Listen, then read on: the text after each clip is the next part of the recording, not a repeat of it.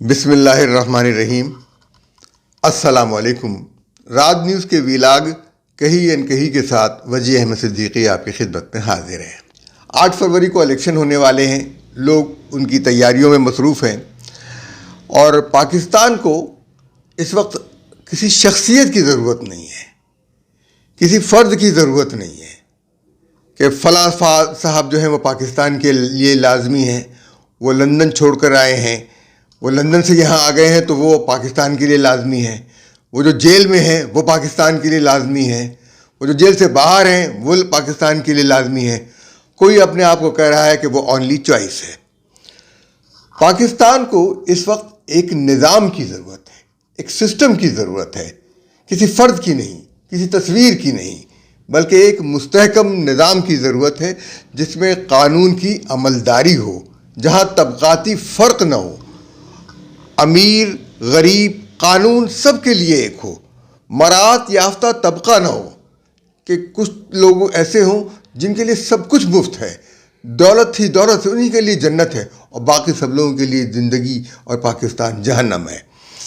اس لیے ضروری ہے کہ جو ادارے آئین اور قانون کے مطابق فیصلہ کریں ان کو نہ صرف سراہا جائے، ان کے فیصلوں کو نہ صرف تسلیم کیا جائے بلکہ ان کو سراہا جائے، ان کی حوصلہ افزائی کی جائے اور تسلیم کرنے کو کہا جائے۔ یہ نہ ہو کہ کوئی ان کے اوپر تنقید جو ہے وہ کرے کہ قانون پر کیوں عمل کیا۔ یہی تنقید ہو رہی ہے آج کل الیکشن کمیشن پر، یہی تنقید ہو رہی ہے آج کل سپریم کورٹ پر کہ اس نے قانون کے مطابق کیوں فیصلہ دیا، آؤٹ آف دا وے فیصلہ کیوں نہیں دیا۔ الیکشن کمیشن آف پاکستان نے قواعد پر عمل کرنا شروع کیا تو پی ٹی آئی کو اعتراض ہوا۔ پی ٹی آئی سے کہا گیا تھا، 3 سال سے مسلسل کہا جا رہا تھا کہ وہ اپنے الیکشن کروائیں، اور وہ الیکشن انٹرا پارٹی الیکشن، لیکن انہوں نے قانونی ضابطے قواعد کے تحت دستاویزی طور پہ بھی کوئی الیکشن نہیں کروایا، مذاق اڑایا الیکشن کمیشن کا، اور الیکشن کمیشن کی اتھارٹی کو تسلیم نہیں کیا۔ اب اداروں کی اتھارٹی کو آپ تسلیم نہیں کریں گے تو پھر یہ نتائج ہی نکلیں گے، ملک پھر برباد ہوگا۔ ملک میں ادارے مستحکم ہوتے ہیں۔ دیکھیے مغربی ممالک مستقل چل رہے ہیں، لوگ آ رہے ہیں جا رہے ہیں، لیکن ایک نظام ہے، ایک سسٹم ہے جو چل رہا ہے، اور اس سسٹم کے تحت اس دائرے میں ہر کوئی آتا ہے، اسے معلوم ہے کہ یہ نظام ہے، یہ طریقہ کار ہے، اس پر عمل کرنا ہے تو کامیابی ہوگی، یا اس پر عمل کریں گے تو ہمیں راستہ ملے گا۔ پی ٹی آئی نے الیکشن کمیشن کے قانونی تقاضے نہیں پورے کیے بلکہ اس کا مذاق اڑایا، اپنی پارٹی میں آمریت کو قائم رکھا۔ جب اپنے انتخابی نشان سے محروم ہوئے تو کہنے لگے کہ ہمیں لیول پلینگ فیلڈ نہیں دی گئی۔ تو بھائی آپ اس کے تقاضوں کو کیوں نہیں پورا کر رہے تھے؟ اس سوال کا جواب کیوں نہیں دیا جاتا؟ آئیں بائیں شائیں ادھر ادھر کی باتیں کی جاتی ہیں، لوگوں کو بیوقوف بنایا جاتا ہے، کہتے ہیں انتقام لیا جا رہا ہے۔ انتقام نہیں لیا جا رہا، قانون پر عمل درآمد کرنے کی کوشش ہو رہی ہے۔ آپ تسلیم نہیں کر، اگر کوئی بات خلاف قانون ہو تو ہم بھی ساتھ دیں گے، ہم بھی کہیں گے کہ زیادتی ہو رہی ہے، لیکن یہ زیادتی نہیں ہے، یہ قانون پر عمل درآمد ہے۔ تو اپنی پارٹی میں شخصی آمریت نہ پیدا کریں، لیول پلینگ فیلڈ بنائیں۔ ہمارے نزدیک حیرانی کی بات یہ تھی کہ پی ٹی آئی کا اعتراض تو سمجھ میں آتا ہے کیونکہ وہ محروم ہوئے اور ناانصافی نہیں ہوئی ان کے ساتھ، ان کے اپنے کیے کا وہ پھل پا رہے تھے، لیکن امیر جماعت اسلامی کراچی نعیم الرحمان کس خوشی میں اور کس غم میں جو ہے وہ پی ٹی آئی کی حمایت کر رہے تھے کہ اگر ان سے نشان چھینا گیا ہے تو دوسری پارٹیوں سے بھی نشان چھین لیا جائے، اور بیان دیا کہ امیر جماعت اسلامی جو ہے وہ، تو ان کے بیان سے ایسا لگ رہا تھا وہ امیر جماعت اسلامی نہیں ہے، وہ امیر پی ٹی آئی ہیں، اور ان کے غم میں گھلے جا رہے ہیں، جن کا ایجنڈا جماعت اسلامی کے ایجنڈے سے بالکل مختلف۔ جماعت اسلامی ملک میں اسلامی نظام چاہتی ہے، وہ چاہتے ہیں کہ لبرل نظام ہو، سیکولر نظام ہو، آوارگی کا نظام ہو، نشے کا نظام ہو، بےہوشگی کا نظام ہو، ختم نبوت کو تسلیم نہ کرنے کا نظام ہو۔ یہ پی ٹی آئی کا ایجنڈا ہے، اور بالکل واضح طور پہ ایجنڈا ہے یہ اپنے 3 سال میں انہوں نے ثابت کیا۔ اب انہوں نے اس بات کو قطعی نظر انداز کر دیا امیر جماعت اسلامی نعیم الرحمان نے کہ پی ٹی آئی نے نہ صرف انٹرا پارٹی الیکشن 3 سال سے نہیں کرائے بلکہ الیکشن کمیشن کو جو کہ آئینی ادارہ ہے اس کو دھمکیاں دیں. ہم دیکھتے ہیں کہ نعیم الرحمن صاحب کے پوسٹروں پر صرف ان کی تصویر ہے. کسی بھی حلقے میں صرف وہ بڑے نمایاں نظر آ رہے ہیں اور ان کی ہر تصویر کے ساتھ لکھا ہوتا ہے the only choice. Only choice یہ جملہ جماعت اسلامی کے مقصد کے ساتھ لگا نہیں کھاتا، اس لیے کہ سید ابو الاعلیٰ مودودی نے جماعت اسلامی کے اراکین کی تربیت اس طرح کی تھی کہ ہر رکن مولانا مودودی کی جگہ امیر جماعت اسلامی بن سکتا تھا. اتنی سخت کڑی تربیت کی تھی.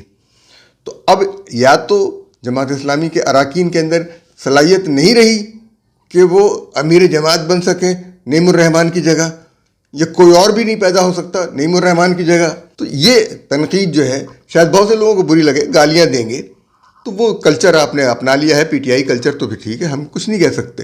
لیکن یہ میں اشارہ کر رہا ہوں، مجھے اس سے کوئی غرض نہیں، کیونکہ صرف اس لیے کہ جماعت اسلامی وہ جماعت تھی جس کے اندر کوئی شخصیت پرستی نہیں تھی. کسی شخصیت پرستی نہیں تھی، نہ وراثت تھی نہ شخصیت پرستی تھی.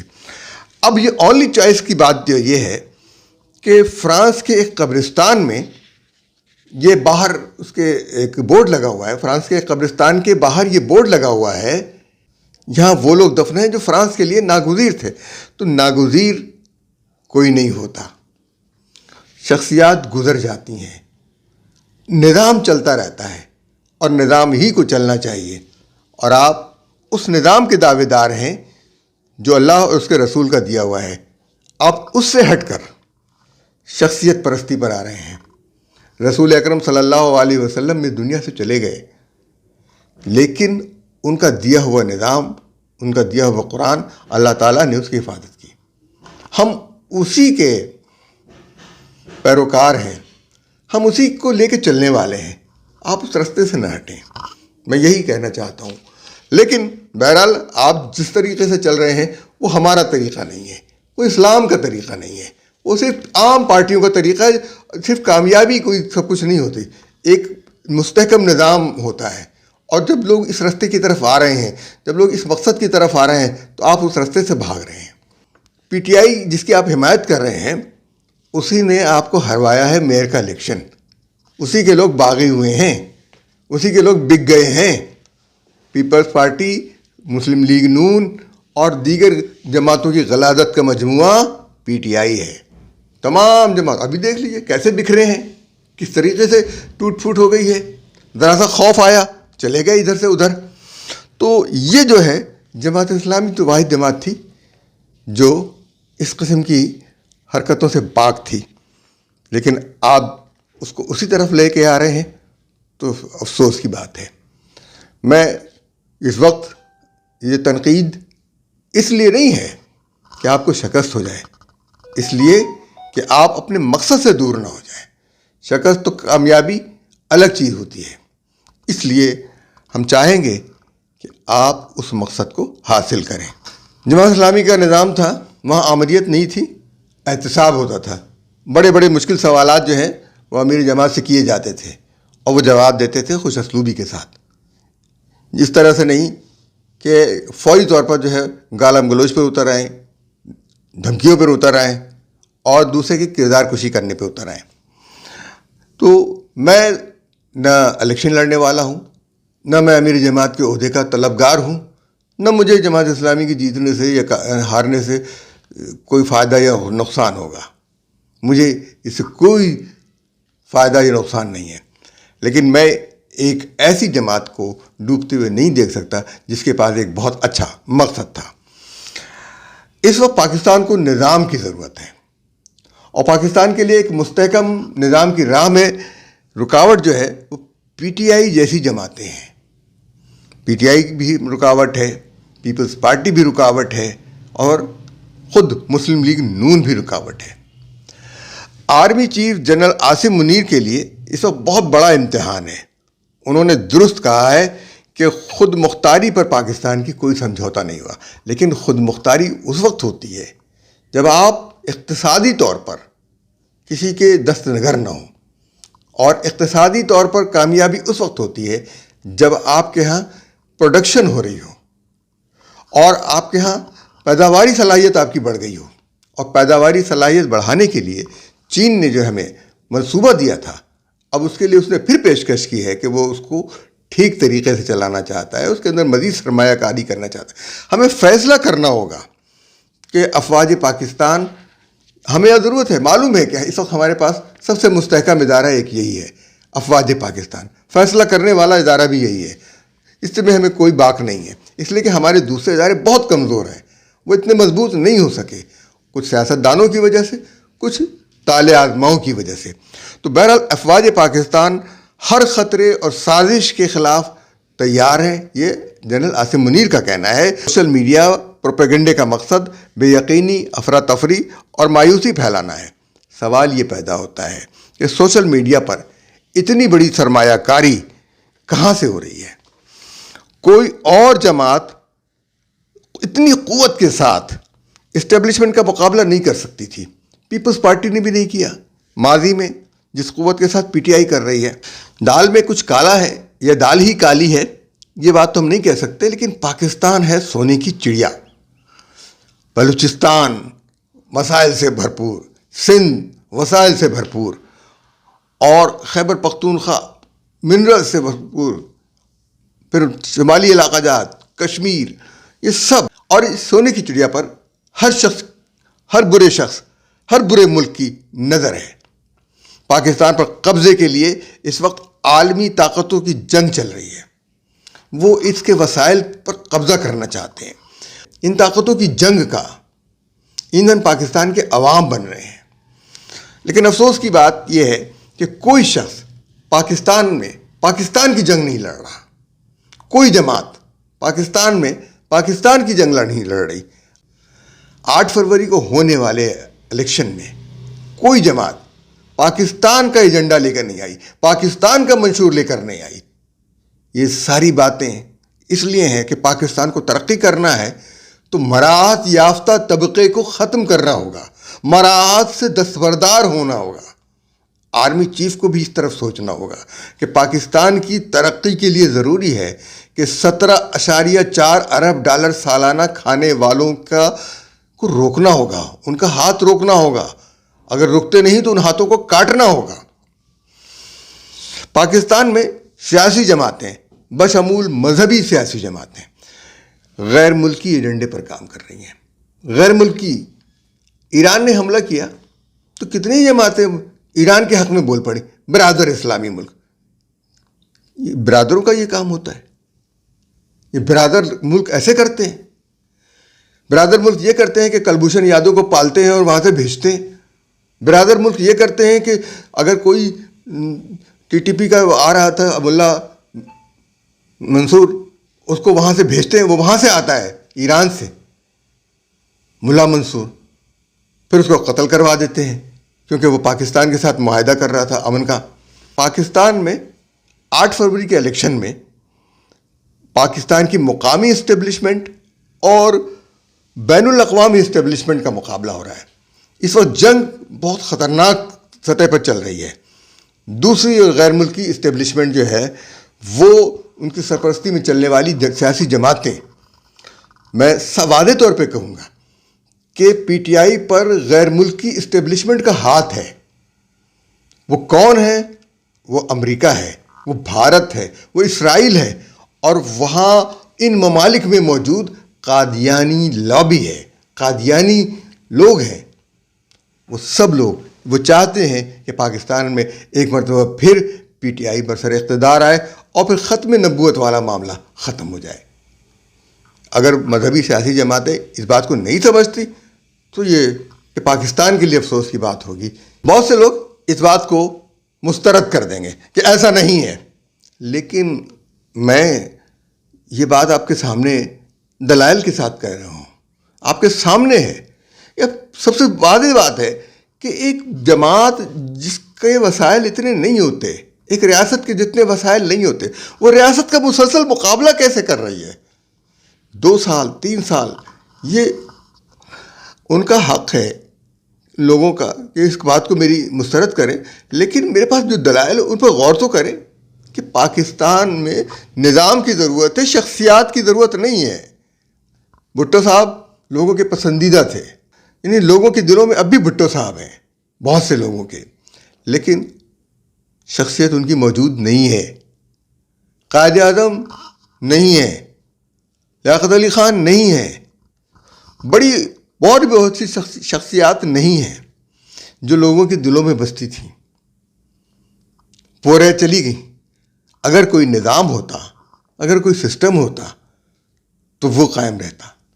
تو ہمارے ہاں نہ نظام ہے نہ انتظام ہے، اس لیے ریاستی قوت کے سامنے یہ سوچنے کی بات ہے، سادہ سی بات ہے کہ ریاستی قوت کے سامنے سیاسی قوت زیادہ مزاحمت نہیں کر سکتی، وہ دبی رہتی ہے۔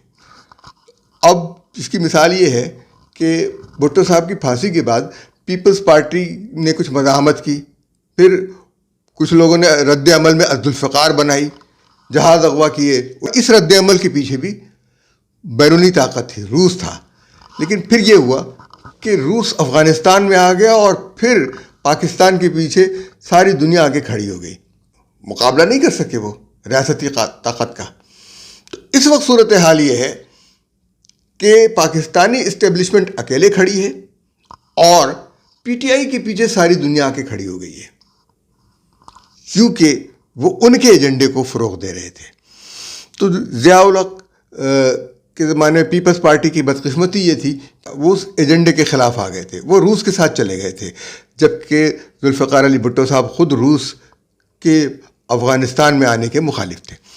جو بھی ہوا، سیاسی طالع آزماؤں نے پاکستان کو کہاں سے کہاں پہنچا دیا، کوئی نظام نہیں بن سکا، کوئی انتظام نہیں بن سکا، آئین اور قانون صرف کاغذ کا ٹکڑا ہو کر رہ گئے۔ تو امریکہ کے آنے سے امریکہ نے پاکستان کے آئین کو تسلیم نہیں کیا ہے، اور پاکستان کے آئین کو امریکہ پاکستان کے اندر بھی تسلیم نہیں کرتا۔ تو اس لیے ضروری یہ ہے کہ پاکستان کے آئین کا تحفظ ہو اور آئین اور قانون پر عمل درآمد ہو، قوانین مزید نہ بنے بلکہ قوانین پر عمل درآمد ہو۔ تو سیاسی طور پر زندہ رہنے والی پارٹیاں وہ بعد میں ابھر آتی ہیں، لیکن اگر ان کی پشت پناہی ہو بیرون ملک سے، تو بیرون ملک سے بہت دنوں تک سرمایہ کاری نہیں ہوا کرتی۔ تو اب بھارت ہو، برطانیہ ہو، امریکہ ہو، اسرائیل ہو، وہ پی ٹی آئی کو لاکھ برسر اقتدار لانے کی کوشش کریں، لیکن اسٹیبلشمنٹ کے ساتھ ان کا مقابلہ ہو رہا ہے۔ دیکھتے یہ ہیں کہ بین الاقوامی اسٹیبلشمنٹ کامیاب ہوتی ہے یا پاکستانی اسٹیبلشمنٹ کامیاب ہوتی ہے، یہ جنگ انہی کی ہے۔ اگرچہ پاکستانی اسٹیبلشمنٹ نے پی ٹی آئی کو بہت روکنے کی کوشش کی ہے، لیکن عالمی مداخلت اتنی زیادہ ہے کہ پی ٹی آئی مختلف حربے آزما رہی ہے۔ پہلے پی ٹی آئی نے عدالت اور فوج دونوں پر سرمایہ کاری کی تھی۔ یہ آپ خود سوچیں کہ اتنی بڑی پیمانے پر سرمایہ کاری کوئی سیاسی جماعت نہیں کر سکے۔ پیپلز پارٹی کے خلاف عدالتوں نے فیصلے دیے، فوج نے پیپلز پارٹی کے خلاف کام کیا، نون لیگ نے فوج کے ساتھ جھگڑا کیا تو نون لیگ کی سپورٹ کہیں سے نہیں آئی، عدالتیں نون لیگ کے خلاف ہو گئیں۔ تو یہ سرمایہ کاری فوج اور عدالت پر سب سے زیادہ پی ٹی آئی نے کی تھی، لیکن اب گیم بگڑ گیا ہے۔ اب موجودہ پاکستانی اسٹیبلشمنٹ کو اس وقت چین یا امریکہ دونوں میں سے کسی ایک کے ساتھ چلنے کا فیصلہ کرنا ہے۔ یہ نہیں ہو سکتا کہ آپ دونوں کشتیوں میں پاؤں رکھیں، آپ کو واضح طور پر یہ فیصلہ کرنا ہے کہ آپ کس کے ساتھ ہیں، اس لیے کہ آپ کے دشمن اب بڑھ گئے ہیں، تو آپ کو اپنے ایک پکے دوست کا فیصلہ کرنا ہے اور اس کے ساتھ چلنا ہے، اس کے موقف پہ ساتھ دینا ہے۔ امریکہ آپ کا اب دوست نہیں ہے، وہ امریکہ ہندوستان کا اسٹریٹجک پارٹنر ہے، اس لیے پاکستان کو ان دونوں ملکوں کے ساتھ بیک وقت نہیں چلنا چاہیے۔ اس کو امریکہ سے دوستی ہو، تعلقات ہوں، لیکن امریکہ پر انحصار نہیں ہے، اعتماد نہیں ہے، اعتماد کا راستہ نہیں ہوا۔ اعتماد کا راستہ چننا پڑے گا چین کے ساتھ یا امریکہ کے ساتھ۔ اب امریکہ آپ کا دوست نہیں بن سکتا، واضح جو ہندوستان کا دوست ہے، ہمیں بربادی کی راہ پہ چاہتا ہے ہندوستان ہمیشہ۔ ایران میں، افغانستان میں، ہر جگہ ہندوستان نے ہمیں زخم پہنچانے کی کوشش کی ہے۔ تو امریکہ کے ساتھ جو ہے وہ تباہی کا راستہ ہے، چین کے ساتھ ترقی اور اس خوشحالی کا راستہ ہے، اور امریکہ کے راستے میں گڑھے ہیں اور آتش فشاں پہ جا کر وہ منزل ہے، آتش فشاں اس کی منزل ہے، کیونکہ امریکہ نے ہمیں کبھی کوئی ترقیاتی منصوبہ نہیں دیا. تو سیاسی جماعتوں کو یہ فیصلہ کرنا ہے کہ کس کے ساتھ جانا ہے, کہاں جانا ہے اور کس طریقے سے جانا ہے. اب ہمیں فیصلہ کرنا ہے کہ ہم مغربی تسلط سے نکل جائیں, لیکن یہ نہ ہو کہ ہم دوسرے کے غلام بن جائیں, ہم دوسرے کو اپنے اوپر تسلط کرنے دیں. ہم اپنے مفادات کے تحت ان کے ساتھ بات کریں. ہمارے مفادات کیا ہیں, ہمیں یہ طے کرنا ہوگا. پی ٹی آئی دور میں امریکی سازش کے تحت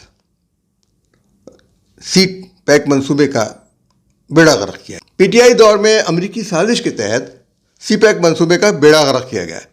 ایسے منصوبوں پر کام کیا گیا جس سے قوم بھکاری بن جائے, لوگوں کو بھکاری بنانے کو نہیں. کوئی ایسے پروڈکٹیو منصوبے نہیں بنائے گئے, کوئی کارخانہ نہیں لگایا گیا, کوئی تربیت گاہ نہیں بنائی گئی جہاں سے لوگوں کو تربیت ملے اور وہ عزت والا روزگار حاصل کر سکے.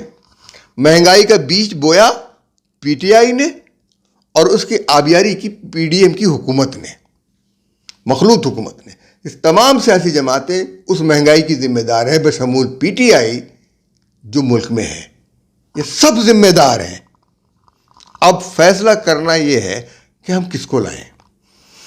تو ضرورت یہ ہے کہ پاکستان کی ترقی کے لیے مراعات یافتہ طبقے سے نجات پائی جائے اور بجلی کی فراہمی نجی اداروں سے واپس لی جائے. پورا ملک مہنگائی کی دلدل میں اس کی وجہ سے بھی گیا ہے. آپ خود سوچئے, بجلی کے بل جس شرح سے آ رہے ہیں وہ ناقابل برداشت ہیں. لوگوں کو غریب کر دیا ہے. قومی خزانے میں ایک پیسہ نہیں جا رہا. بل کے ذریعے ٹیکس جمع کر رہے ہیں آپ, اور لوگوں کو کہہ رہے ہیں کہ وہ نان فائلر ہیں یا چور ہیں, ٹیکس چور ہیں. آپ تو نچوڑ رہے ہیں لوگوں سے, اور مراعات یافتہ طبقے کو مراعات دی جا رہے ہیں. آپ بلوں پر سے ٹیکس ختم کریں اور یہ دوبارہ سرکاری بجلی کا نظام اسٹریٹجک نظام ہے, یہ سرکاری انتظام میں آئے اور کارپوریشنیں بنائیں, لیکن پرائیویٹ اداروں کو, نجی اداروں کو نہیں دیں, اور یہ ڈبل سلیب اور یہ سب ختم کریں, سنگل سلیب پر رکھیں لوگوں کے لیے, عام لوگوں کے لیے. اور کمرشل اداروں کے لیے بھی بجلی کم ہونی چاہیے, پروڈکشن ہوگی, روزگار ملے گا. اس لیے اب نعیم الرحمن صاحب کے لیے بھی یہ لمحہ فکریہ ہے. انہوں نے کے الیکٹرک کی بات کی تھی اور بہت اچھی بات کی تھی, میں اس کی تعریف کرتا ہوں کہ انہوں نے لوگوں کے دل کی بات کی تھی. لیکن اب کے الیکٹرک کو 20 سال کے لیے پھر مسلط کر دیا اور نیپرا نے مسلط کیا. نیپرا ایک غیر منتخب ادارہ ہے, وہ پارلیمنٹ کو جواب دہ بھی نہیں ہے. اس کو پارلیمنٹ کے سامنے جواب دہ ہونا چاہیے. اس نے کس حیثیت میں عوام کے مرضی کے خلاف کے الیکٹرک کو کراچی پر مسلط کیا, کس حیثیت سے, کتنی رشوت لی نیپرا کے چیئرمین نے اور ان کے اراکین نے کے الیکٹرک کو دوبارہ لائسنس دینے کے لیے, جو ناپسندیدہ ترین بجلی کا محکمہ ہے. یہ معلوم کریں اور پارلیمنٹ میں سینٹ والے پوچھیں کہ آپ نے ہم سے منظوری کیوں نہیں لی, اور یہ پارلیمنٹ کی منظوری کے بغیر آئندہ اس طرح کے ٹھیکے نہیں کیے جائے. نجی اداروں کو بجلی دینے کے لیے یہ ہوتا ہے, نجی اداروں کو بجلی کی فروخت دینا عوام کا قتل عام کرنے کے مترادف ہے. الیکٹرک کو اور جس طریقے سے آئی پی پیز کو یہ اختیار دیا گیا ہے, یہ آئین کے بنیادی حقوق, انسانی حقوق اور شہری حقوق کے خلاف ہے, آئین کے خلاف ہے. اس معاملے میں سپریم کورٹ کو بھی نوٹس لینا چاہیے, از خود نوٹس لینا چاہیے. ہماری گفتگو یہاں مکمل ہوئی اور ہم آپ سے چاہتے ہیں کہ ہمارے پروگرام کے بارے میں اپنی رائے دیں اور اس کو لائک کریں, سبسکرائب کریں اور دوسروں تک بھی ہمارا پیغام پہنچائیں. اب ہمیں اجازت دیجیے. اللہ حافظ و ناصر.